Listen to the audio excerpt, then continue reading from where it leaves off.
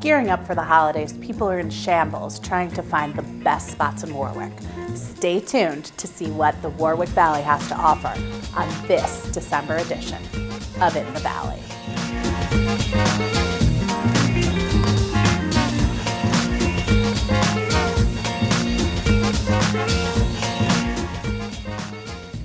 Hello everyone, and welcome to In the Valley. I'm your host, Stephanie Keegan-Craver.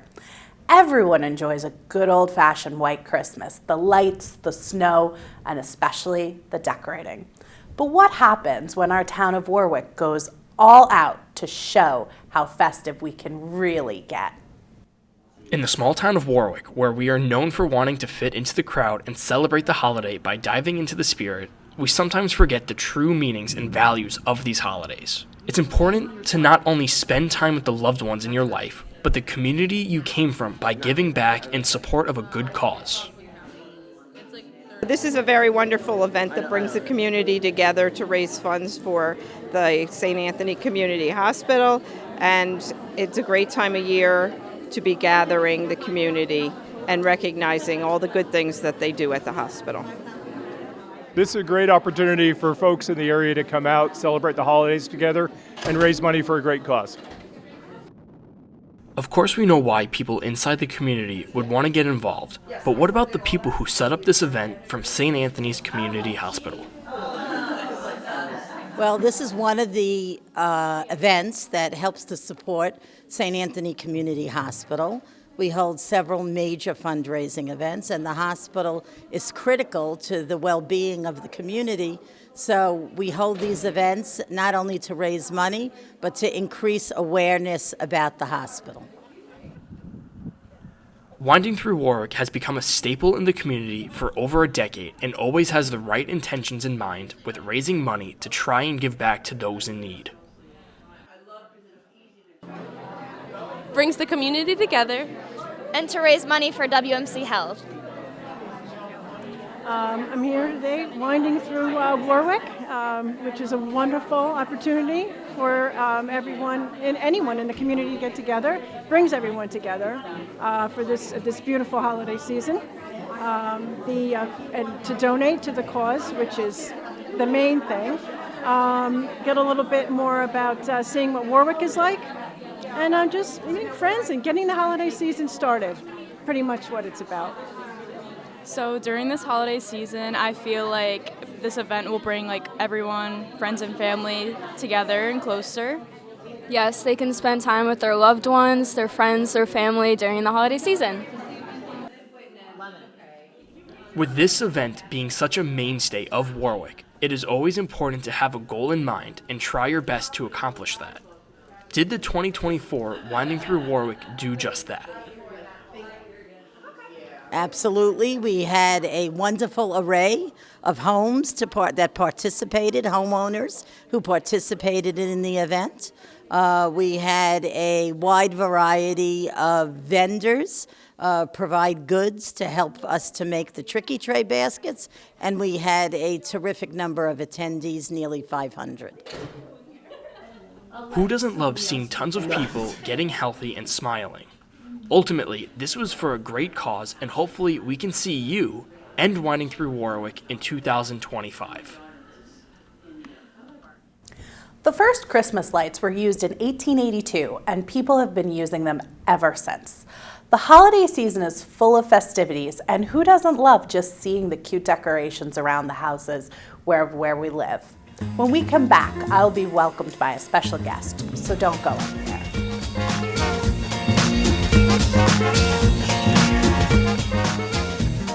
When trying to relax and relieve stress, some people choose to turn to smoking. This is a horrible decision as it will destroy your health. Every year, 340,000 people die from smoking in America, and those that don't face adverse health conditions for the rest of their life. So remember to never choose to smoke, and if you are, then quit as soon as possible, as it's never too late to quit smoking. Go to cdc.gov for more information about the costs of smoking and how to quit. Have you ever looked and wondered what's going on inside a person's mind? Turns out, it's way more complicated than you think. Just in New York alone, 1 in 5 people suffer from mental illness. We the People offers a hotline to those in need and creates a safe environment for those suffering. If you're having a mental health crisis, call or text 988 for the Crisis Lifeline. Help is always available. There is hope. Hello, and welcome back to In the Valley. I am your host, Stephanie Keegan-Craver, and today I am joined by the director of the Warwick Historical Society, Christopher Sloan.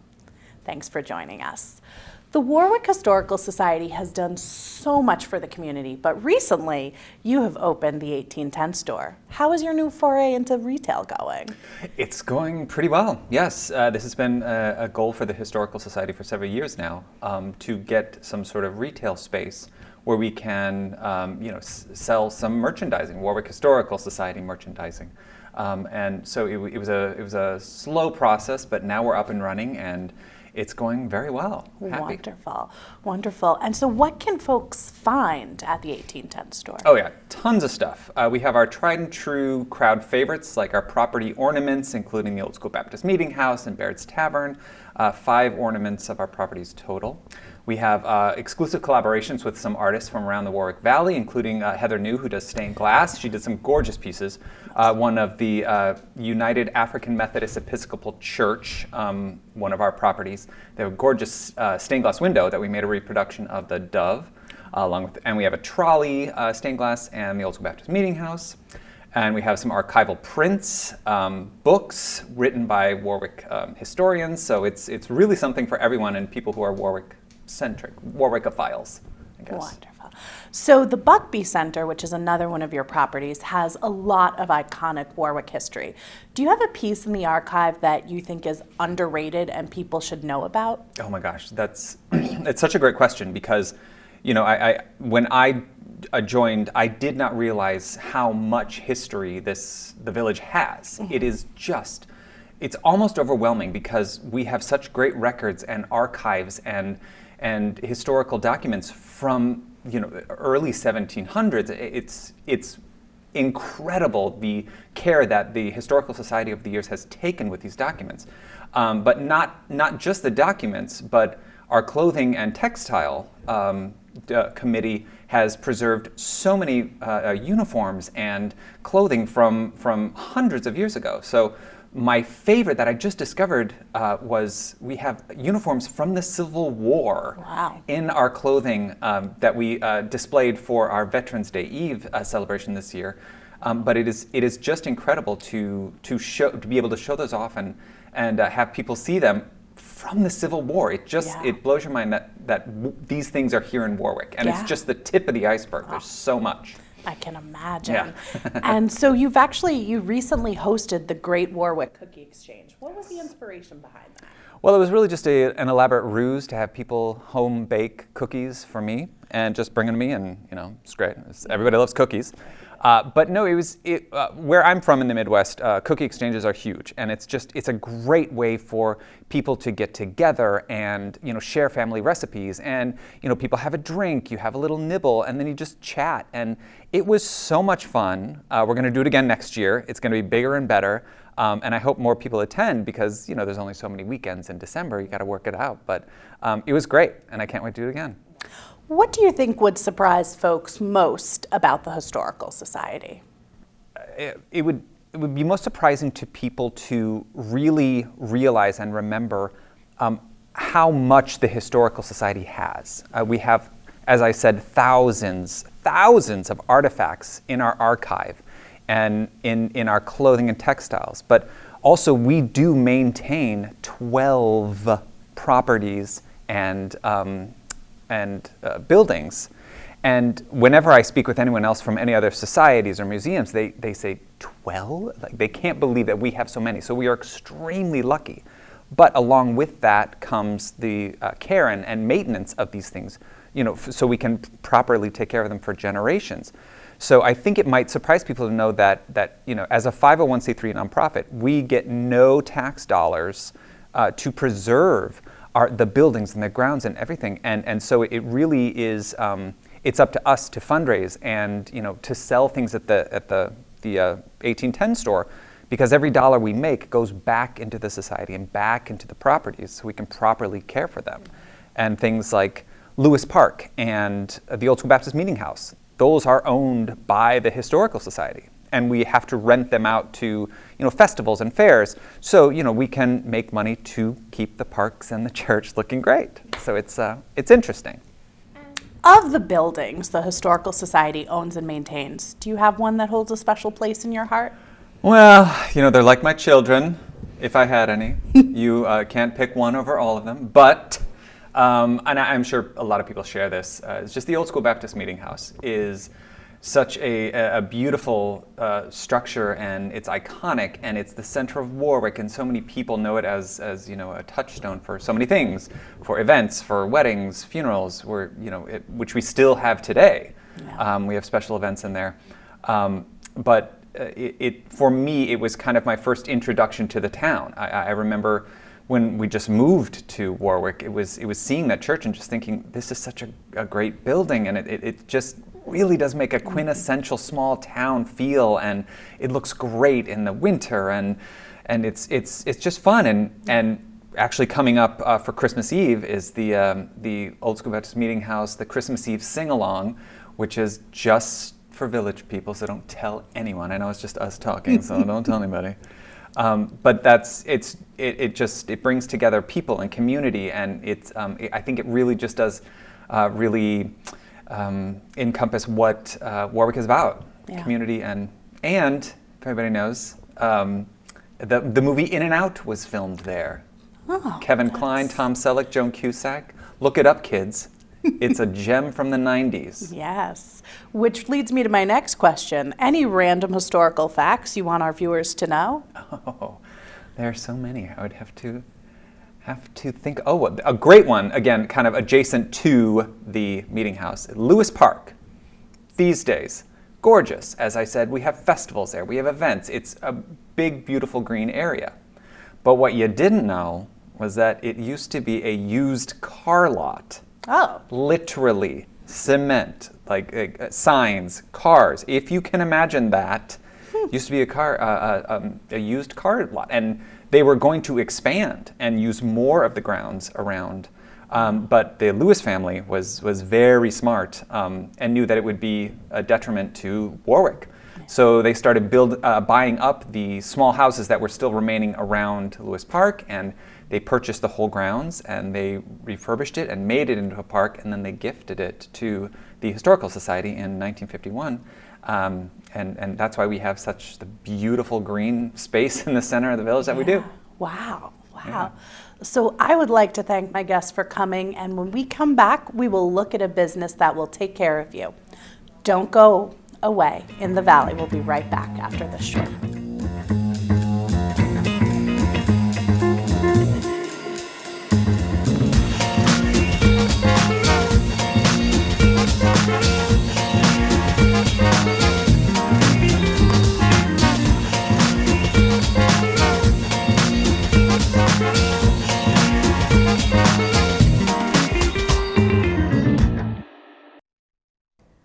Every day, there are millions of people going hungry, people like you and me, with families and responsibilities. They have to go to sleep at night hungry and unknowing of where their next meal might come from, but there is a way for you to help. Food for the Poor is a charitable organization that finds those in need and feeds them, with over 229 million meals provided in 2023 alone. They go to primarily Latin American and Caribbean countries like Jamaica, Guatemala, or Colombia, and find those who are impoverished and without food, and they supply it to them. They help with not only food, but healthcare, clean drinking water, and safe housing, while also helping out orphaned and abandoned children. Go to foodforthepoor.org today and find out how you can help.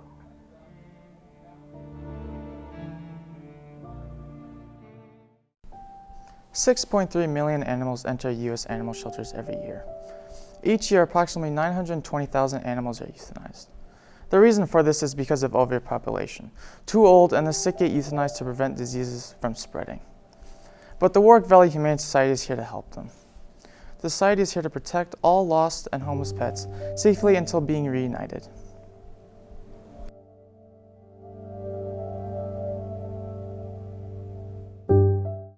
Welcome back to In the Valley. I'm your host, Stephanie Keegan-Craver. For many of us, our house is where we spend most of our time, but sometimes a different scenery is what we need. Have you ever thought about doing a remodel, a fresh update to your bathroom or kitchen? You have come to the right place. Today we are interviewing the people at Gilson & Designs.